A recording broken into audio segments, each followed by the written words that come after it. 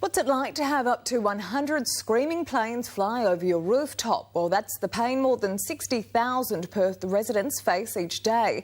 And the air traffic noise is expected to worsen once Perth Airport gets a third runway. Michael Genovese is in Riverton this morning. Michael, this has been an issue across many of Perth's southern suburbs. Certainly has, Libby. As a plane flies across just now, they're certainly making a noise out here in Riverton about the noise coming from the sky. And Riverton is among one of the suburbs that are being affected by these flight paths. Other ones include Redcliffe and Belmont. They're the most affected. Now, I'm joined by someone who's well schooled in the matter. Phil Lipple joins me now. You're a former air traffic controller and a Riverton resident. Phil, can you tell me exactly how hard it is and what sort of effect these noises have on your house and you? The effect of aircraft in the suburbs of Cannington has been quite significant. There wouldn't be an area in Cannington that's not affected by air traffic, and that includes arriving aircraft and departing aircraft.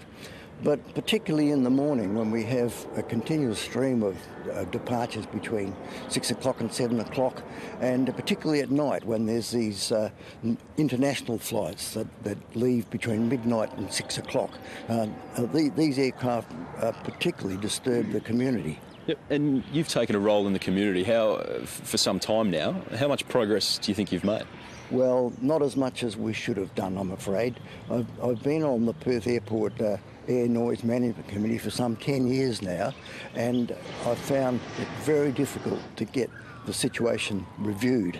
I know it's a difficult problem because the air traffic system in Perth is complex, and most of the air routes come through the City of Canning area. So solutions are not easy, but it does need to be looked at. And it's not just a problem for WA residents. There's been schemes in the past in places like Adelaide and Sydney where residents in flight paths have been given access to $60,000 home noise insulation grants. Now, one man who would like to see such a scheme involved here in WA, I guess, implemented in WA, is federal MP Stephen Irons. Steve, thanks for your time this morning. I guess tell us about how much of an issue this has been for you.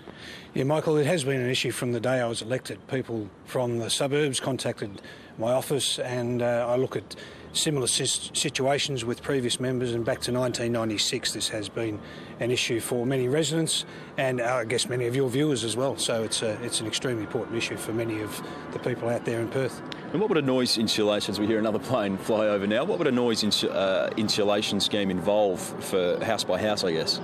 Well, it would involve, there's a program in Adelaide and Sydney, and in the Adelaide program it involved air conditioning, noise roof insulation, and also putting in solid doors, and it created from 110 decibels outside the house down to 70 decibels inside the house. So it had a significant impact in noise amelioration for the residents in Adelaide. So you've been working for some time on this. Is a $60,000 grant enough, or do we need more?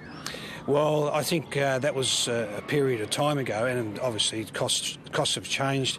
It would be based on the fact that there's an opportunity, if the third runway is implemented at Perth, there will be a mechanism within the legislation that the Minister could apply a levy which could be then used to provide a noise amelioration scheme for the residents of Perth. And I'm sure many out there, including your viewers, would love to see that scheme implemented. Thank you very much for your time this morning, Steve. So obviously it's a saga that's been going on for some time, and hopefully some results come shortly, Libby.